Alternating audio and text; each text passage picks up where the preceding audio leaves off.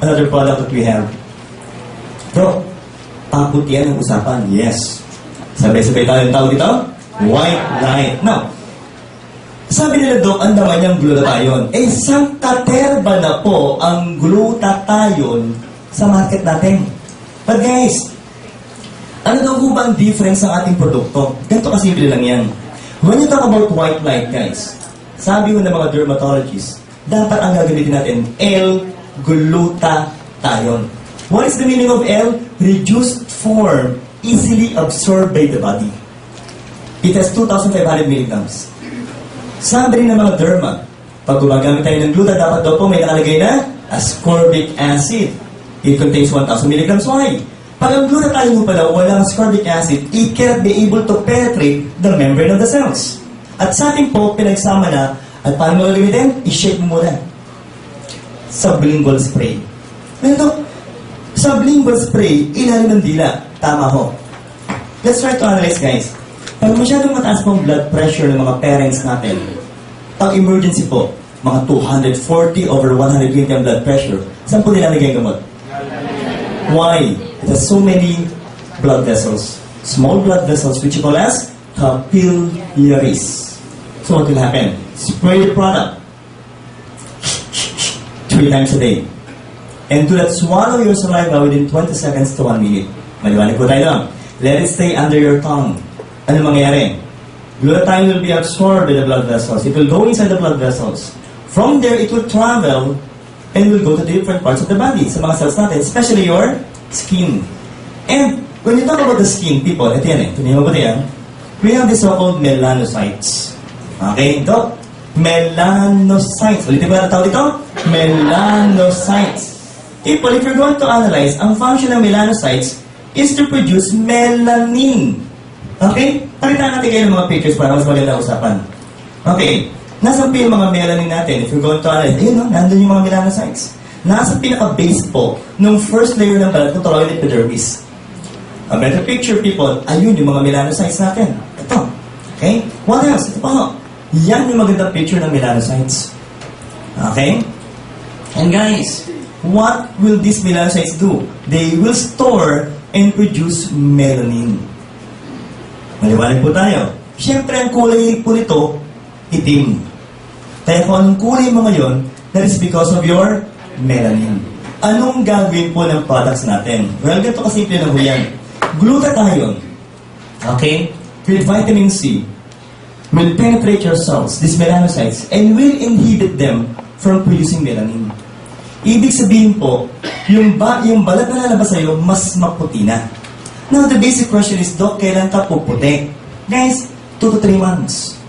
Nandun ba't napakatagal? Because our skin will change, anatomically speaking, 25 to 45 days after. And 2 to 3 months is a safe answer for all of us. But I assure you guys, in a matter of 2 weeks, magsisimula po mag-lighten ang balat natin. Maliwanag ko ba tayo doon? But again, sabi na ito, paano gamitin po ulit? Okay. Ang glutathione po is also called as GSH, glutathione peroxidase. It's composed of cysteine, glycine, and glutamic acid. Guys, ito po ang paggamit. 3 puffs every 4 hours, 4 times a day, 12 puffs per day. Waking hours lang po. Paggising lang kayo. Maliwanag ko tayo. Guys, sabi nila, Doc, per puff, magkano gluta po ang pasok? Times 7.5 milligrams per puff. So, magkano po ang total? It will give you approximately 90 milligrams per day. Okay? Ito, pwede bang dagdagan? Pwede 5 puffs every 4 hours. Maximum 150 milligrams per day. Now, sabi ng ibang uminom ng oral, Doc, hindi ba medyo mababa yata yung sa inyo? Kasi alam namin, pag oral gluta, dapat 10 to 20 milligrams per kilograms per day.